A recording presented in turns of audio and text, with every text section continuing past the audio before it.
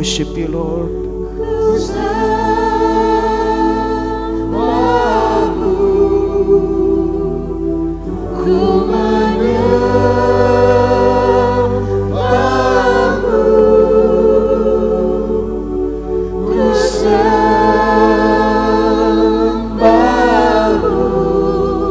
Sebab namamu kudus, kudus Tuhan. Ku menyembahmu, Ku menyembah, ku menyembahmu. angkat kedua tangan kita bersama. Ku sembahmu, We worship you, Lord. ku menyembahmu.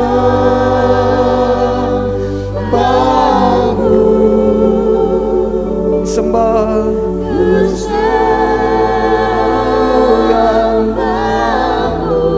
Amen. Sebab namamu kudus, kudus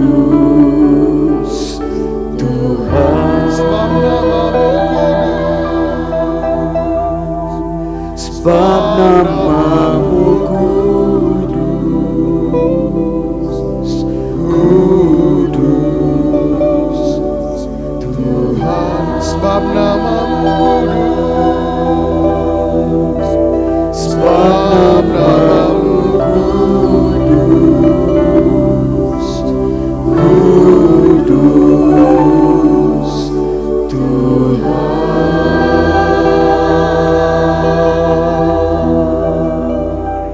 Mari kita angkat kedua tangan kita di hadapan Tuhan. Tuhan, terima kasih untuk menebus hidup kami. Dan ini hidup yang telah Kau tebus, kami persembahkan sama Tuhan. Kami angkat kedua tangan kami, tanda penyerahan hidup kami sama Tuhan. Tuhan, kami mau abdikan hidup kami. Kami mau persembahkan tubuh kami sebagai persembahan yang hidup, yang kudus dan yang berkenan sama Tuhan. Biar ini jadi ibadah kami yang sejati. Kami persembahkan seluruh hidup kami. Kami mau abdikan untuk memuliakan nama Tuhan. Tuhan, biar hidup kami jadi teladan. Biar hidup kami jadi terang. Biar hidup yang telah Kau tebus ini Tuhan bisa Kau pakai untuk memuliakan nama Tuhan. Pagi hari ini Tuhan, kami angkat hati kami. Kami butuh apa yang Tuhan mau katakan buat hidup kami. Nyatakan apa yang jadi isi hatimu Tuhan. Kami mau mendengar suaramu. Buat kami bisa dengar apa yang roh Tuhan mau katakan buat hidup kami. Firman-Mu berkata dalam kitab Wahyu, barang siapa bertelinga baiklah ia mendengar apa yang roh Tuhan mau katakan buat jemaatnya. Tuhan, buka telinga rohani kami pagi hari ini. Buat kami dengar apa yang roh Tuhan mau katakan buat hidup kami. Buat hidup kami bisa respon sama firman Tuhan. Agar hidup yang telah Kau tebus ini bisa mempersembahkan yang terbaik buat memuliakan nama Tuhan.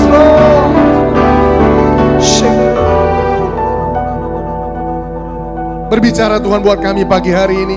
Nyatakan isi hatimu. Kami buka hati kami selebar-lebarnya. Izinkan Tuhan untuk mengisinya dengan firman Tuhan. Pagi hari ini kami percaya umat yang berkemenangan Kau bangkitkan dari tempat ini. Kami siap pagi hari ini Tuhan untuk sambut firman Tuhan buat hidup kami. Di dalam nama Tuhan Yesus. Yang percaya sama-sama katakan Amin. amin, amin. Amin. Silahkan duduk saudara. Shalom, selamat siang semua. Bagaimana kabar saudara hari ini? Senang sekali saya bisa sekali lagi datang ke tempat ini. Satu kehormatan yang sangat besar, penghargaan yang sangat besar diberikan kepada saya untuk bisa sekali lagi datang dan bicara di depan saudara semua pagi hari ini. Pagi hari ini saya bawa satu pesan yang Tuhan taruh dalam hati saya. Saya percaya pesan ini buat banyak di antara saudara yang datang pagi hari ini. Pagi hari ini saya mau bicara tentang ini, rising up the standard. Naikkan suatu standar. Pagi hari ini saya mau kita sama-sama buka Alkitab kita ke kitab Yesaya pasal 59. Yesaya pasal 59. Saya mau ajak kita lihat satu ayat ini, ayat 19. Saya tahu ayat ini kurang populer di dalam kalangan orang Indonesia karena memang ayat ini dalam bahasa Indonesianya punya terjemahan yang sedikit berbeda, bukan sedikit, agak banyak berbeda dari terjemahannya di dalam bahasa Inggris. Jadi saya akan tunjukkan nanti perbedaannya. Dan hari ini saya mau ajak kita fokus terutama di bagian B dari ayat ini. Yesaya pasal 59 ayat yang ke-19. Saya bacakan. Maka orang akan takut kepada nama Tuhan di tempat matahari terbenam, dan kepada kemuliaannya di tempat matahari terbit. Sebab ia akan datang seperti arus dari tempat yang sempit yang didorong oleh nafas Tuhan. Terjemahannya dalam bahasa Indonesia, ketika kita berusaha cerna itu agak membingungkan. Maksudnya ini apa nih? Ia akan datang seperti arus dari tempat yang sempit yang didorong oleh nafas Tuhan. Well, dalam bahasa Inggris ternyata bagian itu berbeda sekali bunyinya. Saya akan bacakan bahasa Inggrisnya.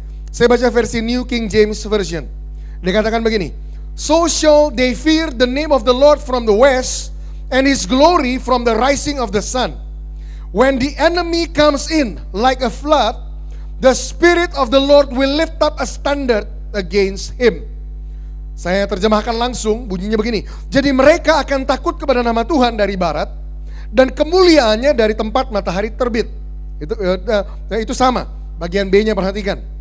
Ketika musuh datang seperti banjir, maka roh Tuhan mau mengangkat suatu standar untuk menghadapinya.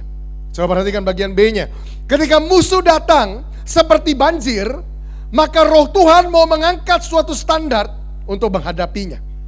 Pagi hari ini saya mau bicara tentang rising up the standard, mengangkat suatu standar. Pagi hari ini saya percaya banyak orang yang datang ke tempat ini mungkin mengalami atau memiliki kondisi yang serupa seperti apa yang Alkitab deskripsikan baru saja. Alkitab katakan begini, ketika musuh datang seperti banjir. Bagian ini dalam firman Tuhan bicara tentang satu kondisi di mana musuh datang seperti banjir. Kata musuh di sini bisa diartikan tentu saja banyak hal. Musuh di sini bisa diartikan sebagai iblis, roh jahat, setan. Tapi musuh mungkin yang lebih umum atau yang lebih praktis dimiliki banyak orang. Musuh di sini bisa diartikan sebagai problem, sebagai masalah, sebagai tantangan yang datang dalam hidup. Tidak ada orang yang hidup nggak ada masalah, nggak ada. Bahkan salah satu tanda orang masih hidup adalah pasti punya masalah. Tapi kemudian banyak dari kita sebagai orang Kristen seringkali tidak diajarkan perspektif yang benar atau cara pandang yang benar ketika kita melihat masalah. Kita nggak tahu bagaimana kita menghadapi masalah. Pagi hari ini saya mau bicara tentang apa sebenarnya yang Tuhan mau ketika kita berhadapan dengan masalah. Di sini Alkitab bilang ketika musuh datang seperti banjir. Bukan sekedar tentang musuh yang datang, tapi bahkan musuh yang datang di sini diibaratkan atau diumpamakan itu dikatakan seperti banjir. Seperti apa sih banjir? Saya nggak tahu ngomong banjir sama orang Bogor nih gimana. Kalau saya bicara banjir sama orang Jakarta tuh gampang. Kenapa? Karena buat orang Jakarta banjir itu sangat kontekstual. Kita ngalamin terus banjir. Malah kadang-kadang saya bercanda, orang Jakarta itu langganan banjir. Maksudnya langganan gimana Pak? Banjir yang satu baru lewat, udah pesen lagi tahun depan datang lagi ya. Langganan. Jadi kita ngalamin banjir terus-terus. Kita berharap dengan pemerintah yang baru, masalah ini segera berubah. Tapi saya dengar juga katanya Bogor juga kebanjiran, benar? Kalau Bogor udah ngalamin banjir, wah kita yang di Jakarta pusing benar-benar. Bogor aja yang tinggi bisa banjir. Seperti apa sih musuh yang datang seperti banjir? Musuh tadi kalau diartikan itu masalah, kalau itu diartikan problem, kalau itu diartikan tantangan, tapi kemudian ada deskripsi spesifiknya. Musuh bukan sekedar datang, tapi kadang musuh datang seperti banjir. Seperti apa banjir? Saya mau sebutkan beberapa karakteristik banjir untuk saudara bisa ngecek, benar gak ada hal-hal ini yang datang ke dalam hidup saudara? Banjir yang pertama punya karakteristik begini. Banjir ketika datang itu sifatnya tiba-tiba. Sifatnya itu tidak terduga, benar? Gak ada orang yang udah tahu, besok bakal banjir nih, gak ada. Atau minggu depan bakal banjir, gak ada yang tahu. Banjir ketika datang itu sifatnya tiba-tiba. Mungkin saudara lagi hidupi hidup saudara, lagi baik-baik aja. Orang bilang gak ada angin, gak ada hujan. Saudara lagi gak menduga apa-apa. Semua lagi berjalan dengan baik-baik. Tapi kemudian begini, tiba-tiba masalah datang. Tiba-tiba problem datang. Musuh datang, layaknya banjir. Datangnya itu tiba-tiba, tidak terduga. Itu salah satu karakteristiknya. Saudara mungkin ada yang ngalamin seperti itu datang hari ini. Atau yang kedua nih karakteristik banjir. Bukan cuma banjir bisa datang secara tiba-tiba, tapi banjir juga gini. Ketika banjir datang, itu sifatnya dari segala arah. Benar? Banjir itu nggak cuma satu arah. Datang dari semua arah, dari semua sisi. Mungkin saudara cek, ada saudara yang lagi hidup, bukan cuma masalah datang tiba-tiba. Tapi yang kedua masalah itu datang sifatnya begini, dari semua arah. Saudara dari kantor saudara baru kena masalah. Nah, mungkin dari klien saudara ada masalah. Saudara pulang ke rumah, ada masalah dengan istri. Saudara ketemu anak, masalah dengan anak. Masalah dengan ekonomi, masalah dengan masalah yang begitu banyak datang dari semua arah. Saudara ngecek, wah bener Pak, itu saya banget Pak. Saya nggak ngalamin yang tiba-tiba Pak, tapi saya ngalamin yang dari semua arah Pak. Bisa jadi ketika musuh datang seperti banjir. Banjir punya karakteristik lain lagi. Banjir ketika datang, itu juga bersifat begini. Banjir itu memerangkap. Saudara terperangkap, terjebak di dalam banjir. Saudara yang mungkin gak ngalamin banjir langsung. Minimal kalau Jakarta lagi kebanjiran, saudara nonton berita kan. Saudara kan selalu temukan gambaran-gambaran ini. Orang-orang yang ada di atap rumah, ada di lantai 2, ini gak bisa kemana-mana. Di sekelilingnya banjir, semua dia cuma ada di atap atau mengungsi ke lantai 2. Terperangkap sama banjir. Masalah yang datang dalam hidup saudara bisa jadi bukan sekedar tiba-tiba, bukan sekedar dari semua arah, tapi bisa jadi juga begini, sifatnya memerangkap hidup saudara. Artinya gini, sekali saudara ketemu masalah tersebut, saudara tahu saudara gak bisa lari darinya. Saudara gak bisa menghindar darinya. Saudara gak bisa meloloskan diri darinya. Saudara harus hadapi dan harus jalanin. Terperangkap. Ada yang bilang, waduh Pak, saya udah dalam keadaan seperti ini udah 6 bulan Pak. Wah Pak, rasanya sesak sekali Pak. Udah dari awal tahun Pak. Seperti saudara terperangkap di situ dan gak tahu bagaimana saudara bisa keluar darinya. Karakter yang lain dari banjir.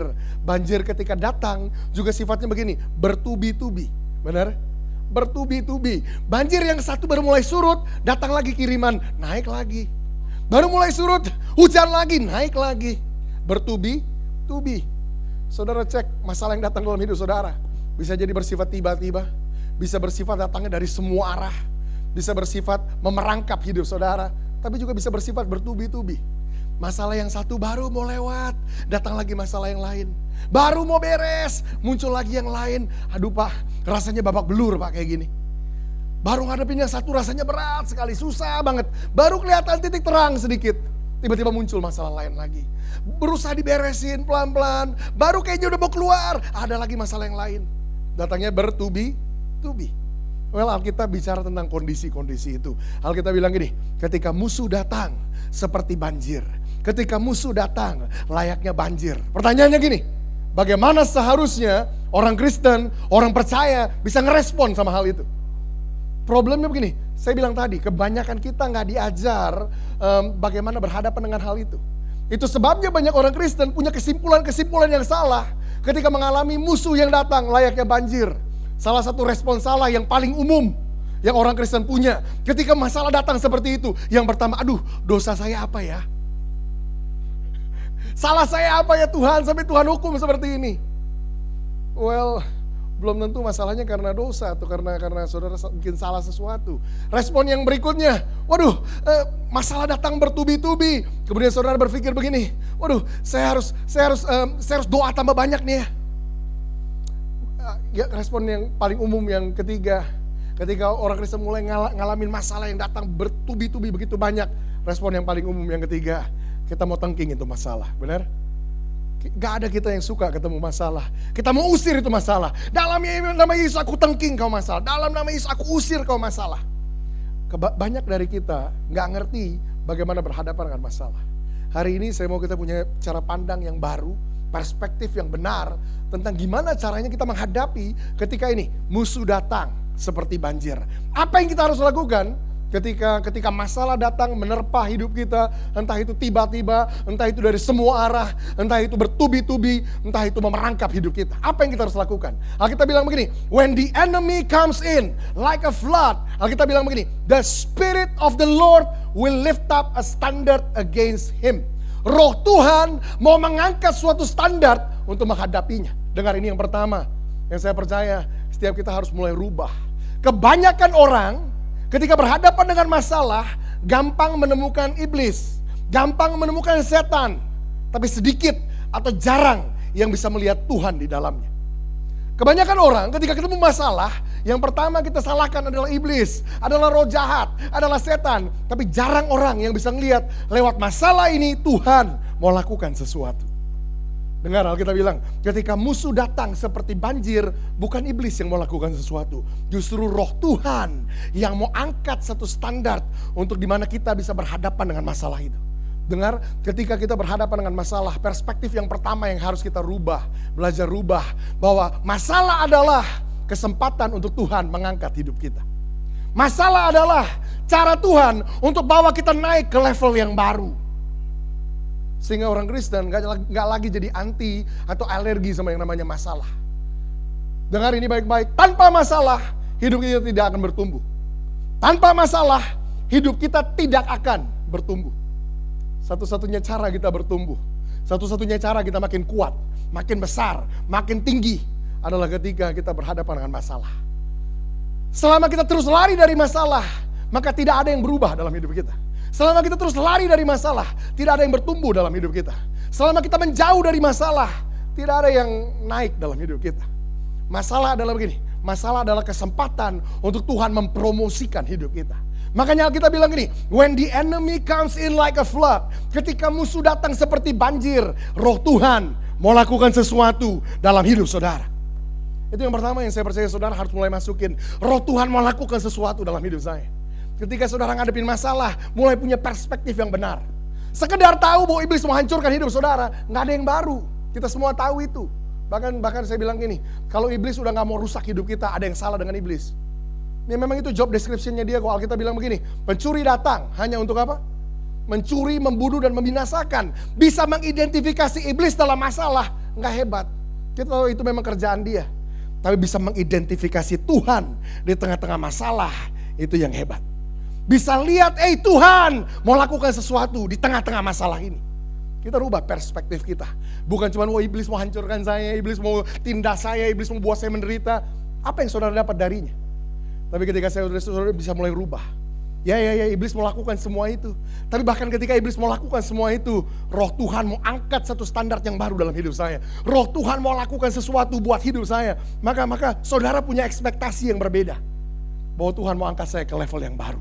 Tuhan mau angkat saya ke level yang baru. Saya sering bilang begini, besar kecilnya masalah yang saudara hadapi itu tidak diukur dari ukuran masalahnya sendiri, tapi tergantung dari siapa yang menghadapinya. Coba dengar. Besar atau kecilnya masalah yang saudara hadapi tidak diukur dari ukuran masalahnya, tapi dari siapa yang menghadapinya. Saya nggak tahu saudara bisa cerna nggak? Saya kasih ilustrasi. Kalau ada satu anak kecil umur 5 tahun, ya kurang lebih tingginya segini. Anak kecil umur 5 tahun berhadapan dengan satu masalah yang saya kasih gambaran aja, ini ilustrasi ya. Masalahnya itu sebesar saya. Saya itu masalahnya dia, sebesar saya. Pertanyaan saya buat saudara, kira-kira buat anak kecil umur 5 tahun, kalau dia ketemu masalah sebesar saya, buat dia masalah ini besar atau kecil? Besar. Buat anak kecil umur 5 tahun, masalah sebesar saya udah besar.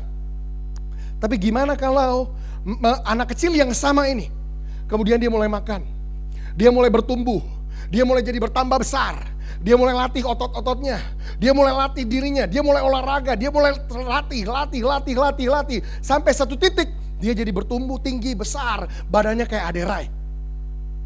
Berhadapan dengan masalah yang sama, saya. Buat dia sekarang masalah ini besar atau kecil? Masalahnya berubah jadi kecil. Bukan karena masalahnya yang mengecil, tapi karena yang menghadapinya berubah jadi besar. Bisa lihat itu? Alkitab bilang begini, ketika musuh datang seperti banjir. Kadang ketika musuh datang kita udah kewalahan. Kita bilang, aduh Tuhan gak kuat, aduh Tuhan gak tahan, aduh Tuhan masalahnya besar banget. Dengar ini, Roh Tuhan mau lakukan sesuatu dalam hidup saudara. Alkitab bilang ini, the Spirit of the Lord will lift up a standard. Roh Tuhan mau mengangkat suatu standar. Roh Tuhan mau memperbesar kapasitas saudara. Roh Tuhan mau buat saudara jadi besar. Roh Tuhan mau angkat saudara ke level yang baru. Roh Tuhan mau pertumbuhkan otot-otot rohani saudara. Roh Tuhan mau kasih saudara perspektif yang baru. Sehingga apa? Saudara akan lihat masalah yang sama dari kacamata yang berbeda. Alkitab bilang Roh Tuhan mau mengangkat suatu standar untuk dimana kita bisa menghadapinya. Masalahnya gak berubah jadi kecil, tapi yang menghadapinya berubah jadi besar. Masalahnya gak berubah jadi kecil, tapi yang menghadapinya berubah jadi besar. Saudara mungkin sekarang kewalahan dengan masalah saudara. Well, berita baiknya di dalamnya ada kesempatan untuk Tuhan bisa tumbuhkan hidup saudara, perbesar hidup saudara, lakukan sesuatu atas hidup saudara sehingga saudara berubah jadi besar, sehingga masalah yang tadinya kelihatan besar berubah jadi kecil. Berapa banyak yang siap standarnya dibawa naik sama Tuhan? Amin. Standarnya dibawa naik sama Tuhan. When the enemy comes in like a flood, the Spirit of the Lord will lift up a standard against him. Nah, saya punya gambaran yang lain untuk berusaha jelaskan ini. Di dalam Alkitab kenal ada dua jenis batu. Untuk sekedar kasih tahu saudara bahwa masalah kita sebenarnya bukan masalah. Di dalam Alkitab ada dua jenis batu yang sering disebut. Batu pertama yang disebut di Alkitab namanya batu sandungan. The stumbling block. Batu sandungan. Apa itu batu sandungan? Batu sandungan ini definisi saya. Batu sandungan adalah problem atau masalah atau tantangan yang dikarenakan olehnya hidup kita jadi hancur. Masalah, problem atau tantangan yang dikarenakan olehnya hidup kita jadi terjatuh dan berantakan. Itu batu sandungan. Tapi Alkitab juga kenal jenis batu yang kedua, namanya batu lompatan. Apa itu batu lompatan? Batu lompatan stepping stone. Apa itu batu lompatan? Batu lompatan ini definisinya. Batu lompatan adalah problem, adalah masalah atau tantangan yang melaluinya hidup kita naik kelas. Problem, tantangan atau masalah yang dikarenakan olehnya hidup kita naik ke tingkatan yang baru. Itu batu lompatan.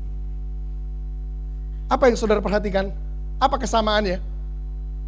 Ternyata sama-sama problem, sama-sama masalah, sama-sama tantangan. Benar? Sama-sama problem, sama-sama masalah, sama-sama tantangan. Maka pertanyaan saya begini. Ketika saudara hidup, tadi saya bilang, gak ada orang hidup, gak ada manusia yang hidup tuh gak ada masalah, gak ada. Kita pasti ketemu masalah. Pertanyaan saya begini. Ketika saudara berhadapan dengan masalah dalam hidup saudara, gimana kira-kira caranya untuk membedakan masalah ini batu sandungan atau batu lompatan? Ini batu sandungan atau ini batu lompatan? Gimana cara membedakannya? Ada yang tahu? Ada yang tahu? Kalau ada yang tahu saya mau belajar. Kenapa? Saya sendiri gak bisa bedain. Ini batu lompatan atau batu sandungan, saya gak bisa bedain. Dengar ini baik-baik, ini pelajarannya. Gak ada kita yang bisa bedakan masalah, problem, dan tantangan yang kita hadapi. Itu batu sandungan atau batu lompatan. Kita gak bisa bedakan itu, tapi ini yang kita bisa lakukan. Tapi kita bisa tentukan. Kita bisa putuskan. Kita mau jadikan batu itu batu apa? Batu sandungan atau batu lompatan? Masalah itu kita mau jadikan apa? Masalah yang bikin hidup kita hancur atau masalah yang melaluinya Tuhan bawa kita naik ke level yang baru? Sama-sama masalah. Saudara punya masalah keuangan, saudara yang putuskan. Masalah keuangan saudara mau bikin saudara apa? Jadi hancur, jadi pahit, jadi jauh sama Tuhan atau wah, lewat masalah ini Tuhan mau saya makin kenal sama Tuhan. Lewat masalah ini Tuhan mau rubah hidup saya. Lewat masalah ini Tuhan mau saya naik ke level yang baru. Kita bisa tentukan, kita bisa putuskan. Setiap saudara ketemu masalah, dengarin baik-baik. Jangan susah-susah berusaha bedakan ini batu sandungan, batu lompatan. Jadikan semua masalah hidup saudara sebagai batu-batu lompatan yang akan bawa saudara terus naik dan tidak pernah turun. Alkitab punya janji itu, saudara bisa naik terus dan gak turun. Ada di atas bukan di bawah, jadi kepala dan bukan ekor. Jadikan setiap masalah dalam hidup saudara. Jangan pernah izinkan satu masalah pun membuat saudara tersandung dan bikin saudara jatuh. Tapi jadikan semua masalah dalam hidup saudara sebagai batu-batu lompatan yang akan bawa saudara naik terus dan tidak turun. Hari ini saya mau kita sama-sama belajar. Gimana sih caranya? Ketika musuh datang berhadapan dengan hidup kita, mengelilingi hidup kita, menyerang hidup kita. Gimana sih caranya roh Tuhan bisa angkat satu standar yang baru dalam hidup kita? Atau mungkin dengan kata lain, standar apa saja sih yang Tuhan mau angkat dalam hidup saya? Sehingga saya bisa berhadapan dengan musuh saya dari cara pandang yang berbeda. Standar apa saja yang Tuhan mau upgrade, yang Tuhan mau elevate, yang Tuhan mau naikkan dalam hidup saya. Sehingga saya bisa berhadapan dengan masalah saya dengan cara yang berbeda. Saya percaya setidaknya ada 3 standar ini. Ada 3 standar ini. Yang saya percaya Tuhan mau elevate. Yang saya percaya Tuhan mau angkat. Yang saya percaya Tuhan mau upgrade. Sehingga kita bisa berhadapan dengan masalah yang sama, tapi dengan cara yang berbeda sekali. Ada 3 standar yang saya percaya Tuhan mau upgrade dalam hidup kita. The first standard, standar yang pertama yang Tuhan mau elevate. Saya sebutnya begini, the standard of our trust. Itu yang pertama. Saya percaya Tuhan mau angkat standar keyakinan kita. Standar keyakinan kita. Sehingga kita bisa menghadapi masalah dengan cara yang berbeda. Standar yang pertama adalah standar keyakinan kita. Atau pakai bahasa lain membahasakannya, Tuhan mau kita belajar mengubah kepercayaan kita jadi keyakinan. Tuhan mau kita mengubah kepercayaan kita jadi keyakinan. Saudara mulai berpikir, berusaha cerna ini, maksudnya gimana tuh Pak? Bukannya kepercayaan sama keyakinan itu dua hal yang sama. Well, memang kalau dalam bahasa Indonesia kedengaran jadi sama. Kepercayaan ya keyakinan, keyakinan ya kepercayaan, sama aja. Tapi kalau dalam bahasa Inggris agak bedanya jelas banget. There is a big difference between belief and trust. Belief and trust. Ketika saya bilang I believe in you dengan I trust you, beda. Well, tetap Pak, bedanya gimana Pak? Saya punya ilustrasi, berusaha untuk gambarkan perbedaan antara belief dengan trust. Untuk melaluinya saya harap saudara ngerti apa yang dimaksud dengan tingkatkan standar keyakinan kita. Ilustrasi ini mengisahkan gini, ada satu orang pemain akrobat yang terkenal. Dia pemain akrobat yang sangat terkenal. Dan spesialisasinya pemain akrobat ini adalah dia spesialis berjalan di atas tambang. Berjalan di atas tali. Saudara pernah lihat aksi itu ya? Ada satu tali tambang yang panjang, biasa dari kawat, dari besi. Dia jalan dari satu ujung ke ujung yang satu. Dia jalan. Saudara tahu ya? Tahu nggak? Kalau nggak tahu saya harus pilih ilustrasi lain mungkin. Tahu ya? Dia jalan di atas tambang. Itu keahlian dia. Well, suatu kali dia memutuskan untuk melakukan satu aksi yang berbahaya. Dia buat pengumuman, dia buat iklan, dia buat promosi kemana-mana. Datang, lihat aksi yang spektakuler, yang terhebat di abad ini. Wah, dia mulai buat iklan kemana-mana, kumpulkan orang untuk datang dan menonton aksinya. Well, singkat cerita, hari itu berkumpul begitu banyak orang di atas puncak satu bukit. Dan mereka menemukan bahwa pemain akrobat ini telah mempersiapkan untuk tambang, dia jalan di atasnya dari satu puncak bukit ke puncak bukit yang satu. Itu yang mereka lihat di situ. Memisahkan antara dua puncak bukit ini ada satu lembah yang dalam, ada satu jurang yang dalam. Mereka semua bertanya-tanya kira-kira apa yang pemain akrobat ini mau lakukan. Tepat sebelum dia memulai aksinya, dia umumkan, hari ini aksi yang saya akan lakukan. Saya akan berjalan dari puncak yang satu ini ke puncak yang seberang sana. Dan sebelum dia mulai berjalan, dia mulai tanyakan satu pertanyaan yang menarik. Dia tanyakan begini, berapa banyak di antara kalian yang percaya bahwa saya bisa menyeberang dari sini sampai ke sana? Berapa banyak yang percaya itu? Mereka yang datang karena tahu reputasi dia, karena tahu kehebatan orang ini, mereka semua sontak sorak-sorai teriak, mereka semua sama-sama bilang, kami percaya kamu bisa, kami percaya kamu sanggup. Dia bilang terima kasih, saya akan memulai aksi saya. Dia mulai lakukan langkah yang pertama, langkahnya yang kedua. Keadaan makin mencekam, mereka semua makin deg-degan, angin bertiup, mereka semua makin ngeri di situ. Dia mulai berjalan. Sampai di tengah-tengah dia berjalan terus. Mereka semua nggak ada. Itu kayak jarum dijatuhkan, mereka bisa dengar suaranya. Hening, mencekam sekali. Mereka semua ngeri lihat aksi orang ini. Singkat cerita, dia sampai ke ujung yang satunya lagi, kakinya dijejakkan kembali ke darat. Dan akhirnya semua orang sekali lagi bersorak-sorai. Mereka teriak, kamu hebat, kamu luar biasa. Dia angkat tangannya, dia bilang tunggu sebentar, terima kasih tapi tunggu sebentar. Aksi saya belum berakhir hari ini. Itu baru aksi yang pertama. Aksi yang kedua yang saya akan lakukan, dia katakan, saya akan kembali dari puncak ini, kembali ke puncak yang seberang sana. Tapi kali ini saya akan lakukan lebih berbahaya. Kali ini saya akan bawa kursi di atas pundak saya. Sebelum dia memulai aksinya, dia tanyakan pertanyaan ini lagi. Berapa banyak di antara kalian yang percaya bahwa saya sanggup melakukan itu? Sekali lagi mereka serentak, mereka sorak-sorai, mereka teriak, mereka sama-sama bilang, kami percaya kamu sanggup, kami percaya kamu bisa. Wah, mereka semua tepuk tangan. Dia bilang terima kasih, saya mau memulai aksi saya. Akhirnya dia bawa kursi di atas pundaknya, dan dia mulai berjalan kembali ke seberang satunya lagi. Dia mulai berjalan, sama seperti yang dia lakukan pertama kali. Sampailah dia akhirnya ke seberang sana, kakinya dia jejakkan ke darat kembali, dan semua orang sorak-sorai sekali lagi berkata, kamu hebat, kamu luar biasa. Sekali lagi kali ini dia angkat tangannya, dia bilang terima kasih. Tapi sebentar, aksi saya belum berakhir. Saya akan lakukan aksi pamungkas saya. Ini aksi saya yang paling berbahaya dan ini puncaknya, dia katakan. Wah, mereka semua makin tercekam, mereka semua bertanya-tanya apa lagi yang mau dia lakukan. Dia umumkan aksinya. Kali ini saya akan kembali ke seberang satunya lagi. Tapi kali ini saya akan bawa kursi di atas pundak saya, dan di atas kursi tersebut ada satu orang yang duduk di situ. Ada satu orang yang saya akan bawa duduk di atas kursi yang ada di atas pundak saya. Sebelum dia melakukan aksinya, dia tanyakan lagi pertanyaan tersebut. Berapa banyak di antara kalian yang percaya kalau saya bisa nyebrang ke sana, bawa kursi dan bawa orang di atasnya? Berapa banyak yang percaya itu? Sekali lagi mereka sorak-sorai, mereka teriak sekeras-kerasnya, mereka bilang, kami percaya kamu bisa, kami percaya kamu bisa. Dia bilang, oke, terima kasih, terima kasih. Tapi karena aksi yang ini membutuhkan satu orang, saya butuh satu orang, sukarelawan. Siapa di antara kalian yang mau jadi sukarelawan? Naik ke atas kursi tersebut. Yang tadinya orang sorak-sorai, mereka semua teriak-teriak, serentak mereka semua diam, nunduk. Dan gak ada satupun yang berani respon. Gak ada satupun yang berani respon.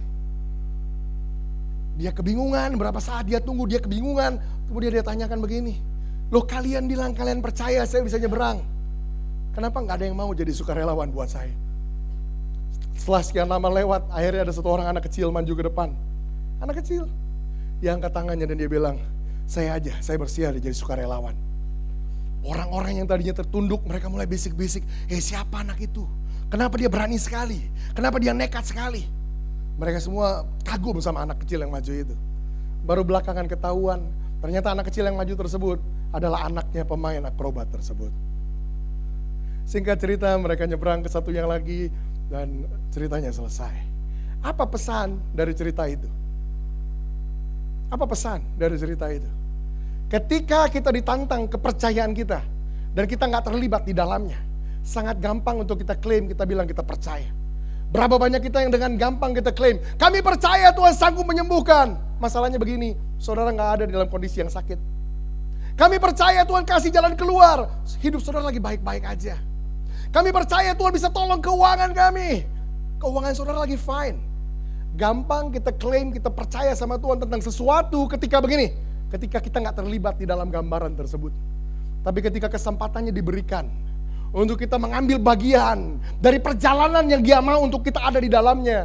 Siap gak kita merubah kepercayaan kita jadi keyakinan yang baru? Merubah kepercayaan jadi keyakinan. Bukan sekedar percaya Tuhan sanggup menyembuhkan. Ketika kita benar-benar sakit, baru kepercayaan kita diuji. Ya Tuhan, kali ini aku ngalamin sakit Tuhan. Saudara harus sampai di titik tersebut untuk bilang, tapi Tuhan aku yakin Engkau sanggup menggendong aku di atas pundakmu dan bawa aku ke seberang. Aku yakin Engkau sanggup untuk bawa aku melewati masalah ini. Engkau sanggup untuk bawa aku melewati jurang ini, problem ini. Sebesar apapun, sedalam apapun, bawa di atas pundakmu aku aman Tuhan. Di atas pundakmu aku aman Tuhan. Standar yang pertama yang saya percaya Tuhan mau upgrade dalam hidup kita. Ketika musuh datang seperti banjir dalam hidup kita, adalah standar keyakinan kita. Saudara yang ngalamin masalah, saya tahu. Saudara yang ngalamin masalah, saudara gak akan excited saya khotbah hari ini. Saudara mungkin cenderung lesu, cenderung udah kehilangan kekuatan, gak tahu gimana menghadapinya. Saudara udah lemes, saudara udah capek, saudara benar-benar udah drain, udah benar-benar kering dan kerontang dan habis benar-benar. Tapi dengar ini, standar pertama yang Tuhan mau saudara upgrade dalam hidup saudara, upgrade standar keyakinan saudara. Saudara harus sampai ke satu titik tersebut. Mungkin saudara di kamar tidur saudara, mungkin saudara di gereja, mungkin saudara di menara doa, dimanapun saudara berada. Saudara harus sampai di titik tersebut, di mana saudara tinggal berduaan sama Tuhan. Dan pada akhirnya di titik penghabisan kekuatan saudara, saudara bilang begini, Tuhan, aku udah gak sanggup. Aku percayakan hidupku, masa depanku di atas pundakmu. Tuhan, aku gak sanggup hadapin masalah ini Tuhan. Aku taruh keyakinanku sama Tuhan yang sanggup. Tuhan, aku gak kuat lagi ngadepin semua ini. Tapi aku tahu bersama dengan Tuhan segala perkara dapat aku tanggung. Tuhan, aku tahu bersama dengan Tuhan tidak ada perkara yang mustahil. Aku tahu Tuhan, kalau Tuhan ada di pihak aku, siapa yang bisa jadi lawanku? Saudara harus sampai di titik tersebut, di mana ada pertukarannya, ada perubahan itu. Dari tadinya sekedar percaya, jadi saudara yakin. Taruh benar-benar hidup saudara di tangan Tuhan. Taruh hidup saudara benar-benar di atas pundak Tuhan. Percayakan sepenuhnya bahwa Tuhan sanggup bawa saudara ke seberang. Ngerti perbedaan antara kepercayaan dengan keyakinan juga seringkali ditunjukkan oleh ini. Saya temukan ada banyak orang Kristen di banyak situasi, mereka begitu putus asa dalam hidup mereka. Mungkin datang ke satu ibadah seperti ini mereka. Kemudian di dalam ibadah, dalam kebaktian seperti ini mereka ditantang, saudara, yang mau serahkan masalah saudara sama Tuhan, kekhawatiran saudara sama Tuhan, problem saudara sama Tuhan, mari maju ke depan. Wah, saudara tahu saudara dalam kondisi yang benar-benar parah dan putus asa, saudara maju ke depan. Di depan sini saudara nangis-nangis sama Tuhan, Tuhan aku serahkan masalahku, aku serahkan problemku. Ayo saudara, letakkan masalahmu di depan. Saudara lakukan semua itu. Tapi kemudian lihat ini, pada saat mereka pulang, baru sampai di mobil, aduh Tuhan, tapi bayar itu gimana ya Tuhan? Masalahnya habis dia taruh, diambil lagi bawa pulang. Itu membedakan kepercayaan dengan keyakinan. Orang yang udah yakin penuh, saudara taruh hidup saudara di atas pundaknya Tuhan. Dalam ilustrasi tadi taruh di atas pundak. Maka gini, orang yang ada di atas pundak itu udah gak punya kendali sama sekali tentang kemana dia melangkah, benar? Orang yang udah taruh keyakinannya sama Tuhan, udah gini lah.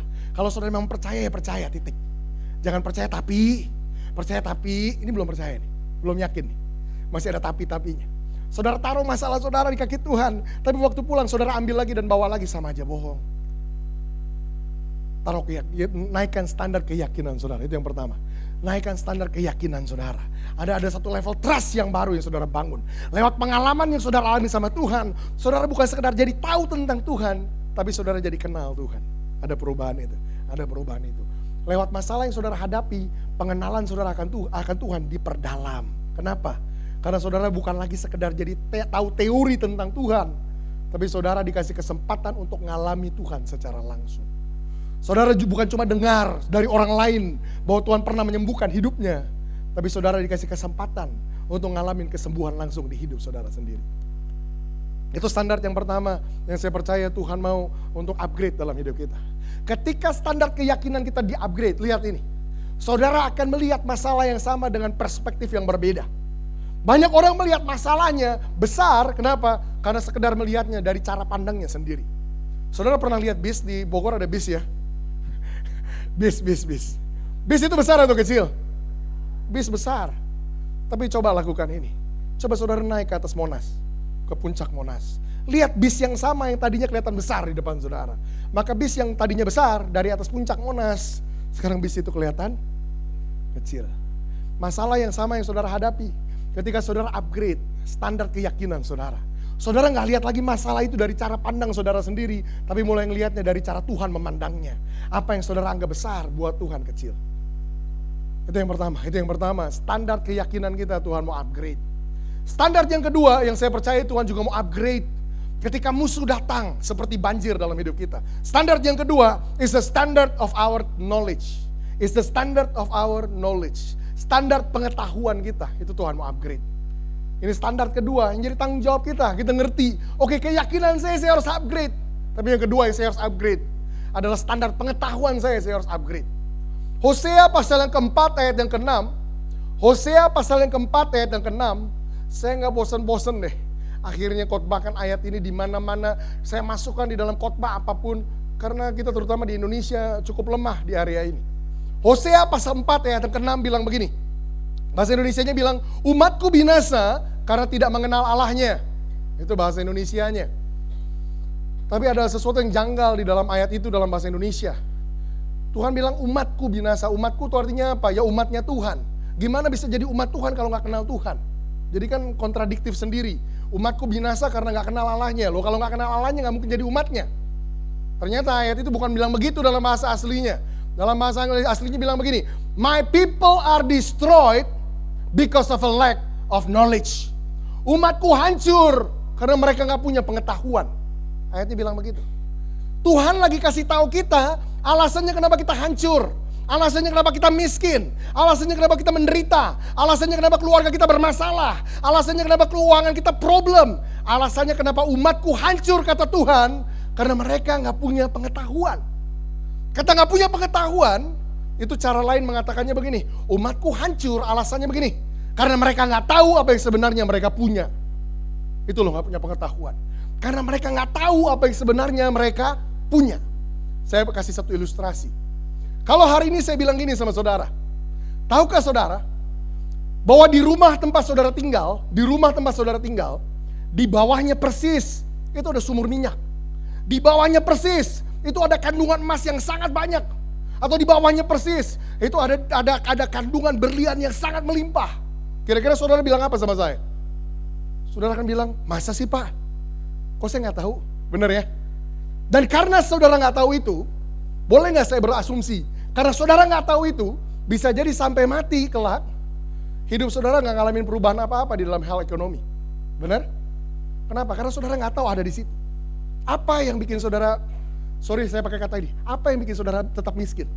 Karena saudara nggak tahu di bawah ada emas, saudara nggak tahu di bawah ada minyak, saudara nggak tahu di bawah ada berlian. Yang menghancurkan saudara adalah ketidaktahuan saudara. Dengar ini. Semua yang saudara butuhkan untuk hidup, Tuhan sudah berikan sama saudara. Di mana itu? Di dalam firman yang Tuhan kasih sama saudara. Prinsip-prinsip untuk saudara berkemenangan di area keuangan Tuhan udah ajar. Prinsip-prinsip untuk saudara makmur di area keluarga Tuhan udah ajar. Prinsip-prinsip untuk saudara jadi pemimpin yang baik Tuhan udah ajar. Prinsip-prinsip gimana saudara memimpin satu perusahaan, organisasi Tuhan udah ajar. Semua yang saudara butuhkan buat hidup saudara, prinsip-prinsipnya Tuhan sudah kasih sama saudara. Kalau sampai saudara nggak ngalamin semua itu, alasannya kenapa? Karena saudara nggak tahu apa yang Tuhan udah kasih. Karena saudara nggak tahu apa yang Tuhan udah kasih. Saudara bisa jadi, saya kasih contoh-contoh yang konkret. Saudara mungkin orang miskin, dan saudara dari lahir sampai mati saudara tetap miskin, padahal pelukin Alkitab di tangan saudara. Buat saya itu kejadian yang paling tragis dan konyol. Kenapa? Karena semua yang saudara butuhkan untuk keluar dari kemiskinan saudara udah ada di tangan saudara, tapi saudara nggak tahu isinya dan mengaplikasikannya. Itu kayak gambaran tadi. Saudara tinggal di atas sumur minyak, tapi karena saudara nggak tahu ada minyak di bawah situ, sampai mati saudara nggak pernah eksplorasi dan nggak pernah gali, dan akhirnya itu nggak pernah menguntungkan buat saudara. Semua yang saudara butuhkan buat hidup saudara, Tuhan udah berikan sama saudara di dalam firman-Nya. Makanya Alkitab juga bilang gini, Yohanes 8 ayat 32, Alkitab bilang begini, dan kamu akan mengetahui kebenaran, dan kebenaran itu, kebenaran yang mana yang itu? Kebenaran yang kamu tahu. Kebenaran itu akan memerdekakan kamu. Di area manapun hidup saudara, saudara ngerasa ada problem, ada pergumulan, ada masalah, ada kesulitan. Dengar Alkitab bilang begini, dan kamu akan mengetahui kebenaran, dan kebenaran itu, yang mana yang itu? Yang kamu tahu, itu yang akan memerdekakan kamu. Dengan kata lain, kebenaran yang kita nggak tahu, nggak akan pernah memerdekakan hidup kita. Jadi jangan klaim, tapi saya punya kebenaran Pak. Bagus kita punya kebenaran. Alkitab itu kebenaran. Saya punya kebenaran Pak. Kenapa hidup saya belum merdeka? Karena ayat itu bilang, dan kamu akan mengetahui kebenaran. Dan kebenaran itu, kebenaran yang kamu tahu itu yang akan memerdekakan kamu. Kebenaran yang tidak saudara tahu, tidak akan pernah memerdekakan hidup saudara. Makanya saya bilang tadi, saudara bisa jadi orang miskin, hidup dari lahir sampai mati percaya Tuhan, pelokin Alkitab di tangan saudara, tapi sampai mati saudara gak pernah punya apa-apa. Kenapa? Karena saudara gak pernah cari tahu apa yang Tuhan udah kasih buat hidup saudara. Makanya dengar ini, saya percaya standar yang kedua yang Tuhan mau upgrade dalam hidup kita, ketika musuh datang seperti banjir, adalah standar pengetahuan kita. Cara mengaplikasikannya gimana? Gampang sekali. Ketika saudara ngadapin masalah dalam hidup saudara, yang pertama tadi, naikkan standar keyakinan saudara. Tuhan, aku yakin kau sanggup bawa aku ke seberang. Yang kedua, saudara cek aja masalah saudara di area mana.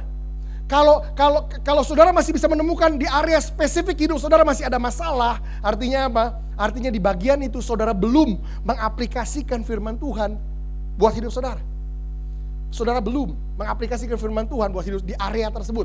Contoh, area keuangan saudara bermasalah. Maka apa yang saudara lakukan? Mulai upgrade pengetahuan saudara tentang keuangan. Mulai cari buku-buku rohani, mulai cari khotbah-khotbah, mulai cari guru-guru, pengajar-pengajar yang bisa ajar saudara bagaimana saudara mengelola keuangan dari caranya Tuhan. Menurut prinsip-prinsipnya Tuhan. Bagaimana saya harus mengelola keuangan saya? Uang yang masuk itu harus saya apakan? Saya banyak ngajar anak-anak rohani saya, jemaat saya tentang ini, tentang yang lain-lain karena itu. Satu-satunya yang bawa orang keluar dari problem mereka ketika mereka mulai upgrade pengetahuan mereka. Mereka mulai rubah cara pandang mereka terhadap apa yang mereka punya. Saya kasih gambaran sedikit aja supaya ini gak jadi abstrak buat saudara. Saya sering tanya gini sama orang. Menurut saudara gaji yang cukup, ini kita ngomong keuangan ya. Menurut saudara penghasilan yang cukup itu berapa sih? Berapa sih penghasilan yang cukup atau yang cukup besar buat hidup kita? 1 juta atau 20 juta? 1 juta atau 20 juta? Atau cara lain saya mengatakannya. Coba lihat ini. Di Indonesia ada orang yang penghasilan cuma 1 juta, tapi ternyata hidupnya pas-pas aja, cukup-cukup aja, benar? Tapi di sisi lain ada orang yang penghasilannya 20 juta, tapi ngerasanya kurang-kurang terus, benar? Berarti pertanyaan saya begini, berapa yang cukup? 1 juta atau 20 juta? Yang 1 juta pas-pas aja, cukup-cukup aja. Ada orang penghasil 20 juta, 30 juta, tapi kurang-kurang juga. Berapa yang cukup? 1 juta atau 20 juta? Jawabannya gini, bukan 1 juta atau 20 juta, tapi tergantung gimana kita mengelolanya. Benar gak? Tergantung yang masuk itu diapain. Karena kalau salah mempergunakannya, mau 20 juta, mau 100 juta tetap kurang juga. Dengan kata lain, cara kita mengelola apa yang dipercayakan sama kita, menentukan bahwa kita pada akhirnya makmur atau enggak. Nah pertanyaan gini, gimana Pak caranya saya mengelola keuangan saya?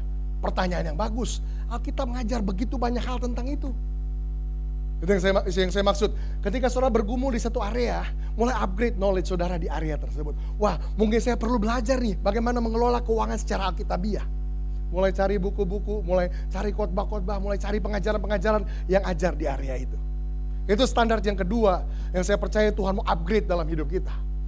Ketika musuh datang seperti banjir. Yang pertama standar keyakinan, yang kedua standar apa? Pengetahuan.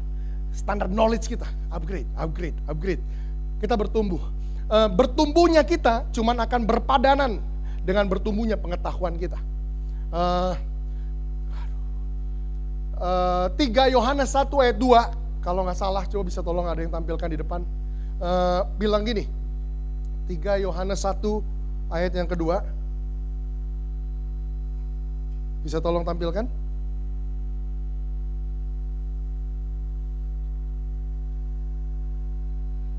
Saya nggak buka nih. Bisa nggak ditampilkan depan? Multimedia?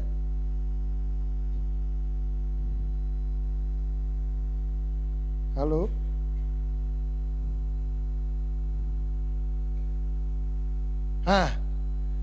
Saudaraku yang kekasih, aku berdoa supaya engkau baik-baik dan sehat-sehat saja dalam segala sesuatu, sama seperti jiwamu baik-baik saja. Bahasa Inggrisnya bisa nggak? Kalau tidak menyulitkan. Brethren, I pray that you may be prosper and be in health, even as thy soul prospereth.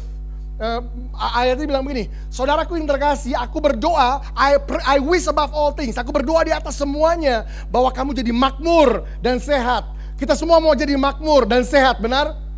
Tapi dikasih jawabannya, supaya kita makmur dan sehat, itu even as thy soul prospereth. Maksudnya apa? Sepadanan dengan kemakmuran jiwa kamu. Artinya gini, kalau kamu mau makmur dan sehat, yang harus kamu buat makmur dan sehat dulu, jiwa kamu.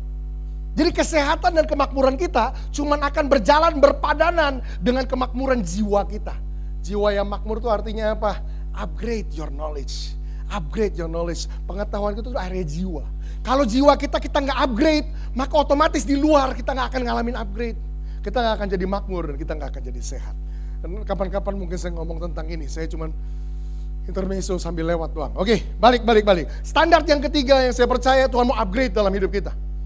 Bukan cuma standar keyakinan kita, bukan cuma standar pengetahuan kita, tapi ketika musuh datang seperti banjir, ada standar yang ketiga yang saya percaya Tuhan mau upgrade dalam hidup kita. It's the standard of our faith. Adalah standar iman kita. Adalah standar iman kita. Standar iman kita, itu yang ketiga. Saudara mungkin berpikir, Pak, tadi yang pertama standar keyakinan, yang ketiga kok standar iman. Bedanya apa antara keyakinan dengan iman? Bingung lagi kan? Saya coba bedakan. Keyakinan yang pertama bicara tentang begini, kita punya personal conviction sama Tuhan. Kita punya keyakinan pribadi sama Tuhan. Aku yakin bahwa engkau sanggup bawa aku ke seberang. Aku dipercayakan hidupku di atas pundakmu, engkau sanggup bawa aku ke seberang. Itu keyakinan pribadi. Tapi iman yang dimaksud di sini lebih mengacu kepada iman yang Yakobus 2 ayat 17 bilang. Yakobus 2 ayat 17 bilang begini, karena iman tanpa perbuatan pada hakikatnya adalah mati. Keyakinan tanpa tindakan sama aja bohong. Saudara punya keyakinan, tapi keyakinan saudara harus diwujudkan dalam bentuk apa? Tindakan nyata. Di Yakobus dikatakan begini, coba tunjukkan sama aku iman kamu tanpa perbuatan. Nggak bisa. Bahwa iman atau keyakinan tanpa ada perbuatan yang menunjukkan keyakinan itu sama sekali nggak ada. Jadi keyakinan bukan cuma mental belief. Iman itu bukan cuma mental belief, keyakinan di dalam mental, tapi keyakinan Alkitab bilang ini, Ibrani 11 bilang ini, faith is a substance. Iman itu zat, Iman itu ada substansinya. Iman itu punya isi. Wah, saya kedalaman kalau ngomong kayak gitu-gitu. Balik. Maksudnya apa iman yang di sini? Well, saya kasih sequence-nya. Ketika saudara ngalamin musuh yang datang bertubi-tubi dalam hidup saudara seperti banjir, saudara datang. Yang pertama, saudara rubah kepercayaan itu jadi keyakinan kan. Tuhan, aku yakin Kau sanggup untuk bawa aku ke seberang. Kau sanggup untuk tolong aku melewati semuanya. Bahwa pasti ada jalan keluar. Bersama dengan Tuhan, segala perkara dapat aku tanggung. Aku serahkan segala kekhawatiranku sama Tuhan. Karena Tuhan peduli. Keyakinan saudara upgrade. Yang kedua, saudara mulai ngerti, saya harus belajar nih prinsip-prinsipnya Tuhan untuk saya berkemenangan di area ini. Saya mulai upgrade knowledge saya mulai upgrade. Yang ketiga, bisa gak saudara mulai aplikasikan apa yang baru yang saudara belajar menjadi tindakan nyata? Saudara aplikasikan yang baru yang saudara belajar di tindakan nyata. Contoh yang lebih konkret, saudara mungkin bermasalah dalam area keuangan. Saudara punya hutang begitu besar, saudara nggak tahu gimana bisa keluar dari semuanya. Saudara lagi nganggur, saudara benar-benar lagi bermasalah di situ. Kemudian yang pertama, saudara naikkan keyakinan saudara, Tuhan, sekalipun aku nggak tahu ada jalan keluar gimana, aku nggak tahu gimana bisa keluar dari semua ini. Aku yakin bahwa Tuhan sanggup bahwa aku ngelewatin semua ini. Itu yang pertama. Yang kedua, mulai upgrade knowledge saudara kan. Kenapa ya saya bermasalah di area keuangan saya? Saya mulai belajar prinsip-prinsip ini. Ternyata Alkitab bilang, kalau kamu mau makan, kamu harus kerja. Alkitab bilang begitu. Kalau kamu mau makan, kamu harus kerja. Saudara mulai ngecek, waduh, saya nganggur nih. Artinya saya nggak mau makan. Kalau saya mau makan, saya harus kerja. Saudara mulai dapatkan knowledge yang baru. Bahwa untuk saya makan, untuk saya bisa makan, untuk saya bisa hidup, saya harus kerja. Itu prinsip Alkitab. Maka yang ketiga, iman saudara ditantang. Berani gak saudara mulai ngelangkah dan mulai cari pekerjaan. Mulai cari kesempatan, mulai cari peluang. Mulai masukkan effort, masukkan usaha. Tuhan, aku melangkah ngikutin apa firman-Mu katakan. Firman-Mu bilang kalau aku mau makan aku harus kerja. Tolong aku Tuhan, untuk aku bisa dapatkan pekerjaan. Bukan cuma doa di rumah berharap orang ketok pintu mau kerjaan gak? No, saudara percaya sama firman Tuhan nanti gini. Saudara mulai melangkah keluar dan ketok pintu satu-satu. Ada kerjaan gak buat saya? Ada kerjaan gak buat saya? Yang lain, saudara belajar begini, kenapa keuangan saya bermasalah? Saudara belajar, upgrade pengetahuan saudara. Oh, Alkitab ternyata ngajar tentang perpuluhan. Ketika saya gak kembalikan perpuluhan, ada kutuk yang menimpa hidup saya. Ternyata ada kondisi ini yang menyebabkan saya kekurangan terus. Saudara mulai cek, waduh ini pantesan nih.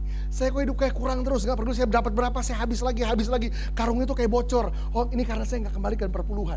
Saudara belajar, upgrade pengetahuan yang baru. Tapi tantangannya, berani gak naikin standar iman saudara? Tapi saya masih ada dalam masalah nih. Keuangan saya masih problem nih. Tapi sekalipun keuangan saya masih problem, saya mau belajar kembalikan perpuluhan saya. Tindakan yang menyertai keyakinan saya dan pengetahuan yang baru dari firman Tuhan. Saudara bisa lihat itu. Itu yang ketiga. Saudara mulai aplikasikan. Naikkan standar iman saudara. Saudara belajar juga keuangan. Waduh, ternyata Alkitab mengajar begini. Apa yang kamu tabur itu juga yang kamu tuai. Selama ini saya berharap tuayan. Oh Tuhan tegur, saya gak pernah nabur kok mau nuai. Itu yang saudara belajar. Tapi yang saudara belajar gak akan jadi ada gunanya kalau saudara gak aplikasikan. Yang ketiga, naikkan level iman saudara. Aduh Tuhan, saya buat bayar hutang aja masih belum tahu gimana. Keuangan masih susah. Tapi karena firman-Mu berkata, kalau aku mau nuai, aku harus nabur. Maka sekalipun aku masih sulit, aku mau belajar untuk nabur. Itu tuh, naikkan level iman saudara di situ. Ada iman yang dinaikkan di situ. Ada iman yang dinaikkan di situ. Saudara mau aplikasikan firman Tuhan dalam hidup saudara. Saya percaya kalau 3 standar ini, saudara izinkan untuk Tuhan upgrade dalam hidup saudara, maka ada hidup saudara yang baru, yang Tuhan bangkitkan, yang lewat hidup saudara yang baru. Gak ada masalah sebesar apapun yang saudara gak bisa hadapi. Saya mau tutup dengan ngomong gini yang terakhir. Saya gak dari pertama putuskan jadi hamba Tuhan. Umur saya tahun ini 35 tahun. Saya memutuskan untuk jadi hamba Tuhan di usia saya 18 tahun. Umur 18 tahun itu pertama kalinya saya berkhotbah. Jadi saya udah berkhotbah, lakukan apa yang saya lakukan udah 17 tahun. Nggak dari pertama saya berkhotbah umur 18 tahun, undangan-undangan terbuka lebar kayak sekarang. Khotbah di tempat-tempat yang terhormat kayak tempat saudara sekarang, tempat banyak orang, ruangannya bagus dan segala macam. Dan artinya juga begini, nggak dari awal saya punya hidup seenak yang saya punya sekarang. Saya gak bilang hidup saya juga enak-enak banget, tapi gini, saya udah ngalamin berkat-berkat Tuhan. Tapi gini, semuanya itu dibangun, bukan kayak bangun karir. Semuanya dibangun berdasarkan firman Tuhan yang berani atau gak berani saya aplikasikan dalam hidup saya. Memangnya saudara pikir ketika saya ngajar orang tentang nabur, tentang perpuluhan, menurut saudara siapa yang pertama harus aplikasikan itu? Hal-hal yang saya ngomong, saya praktekkan 15-16 tahun yang lalu di sekolah Alkitab.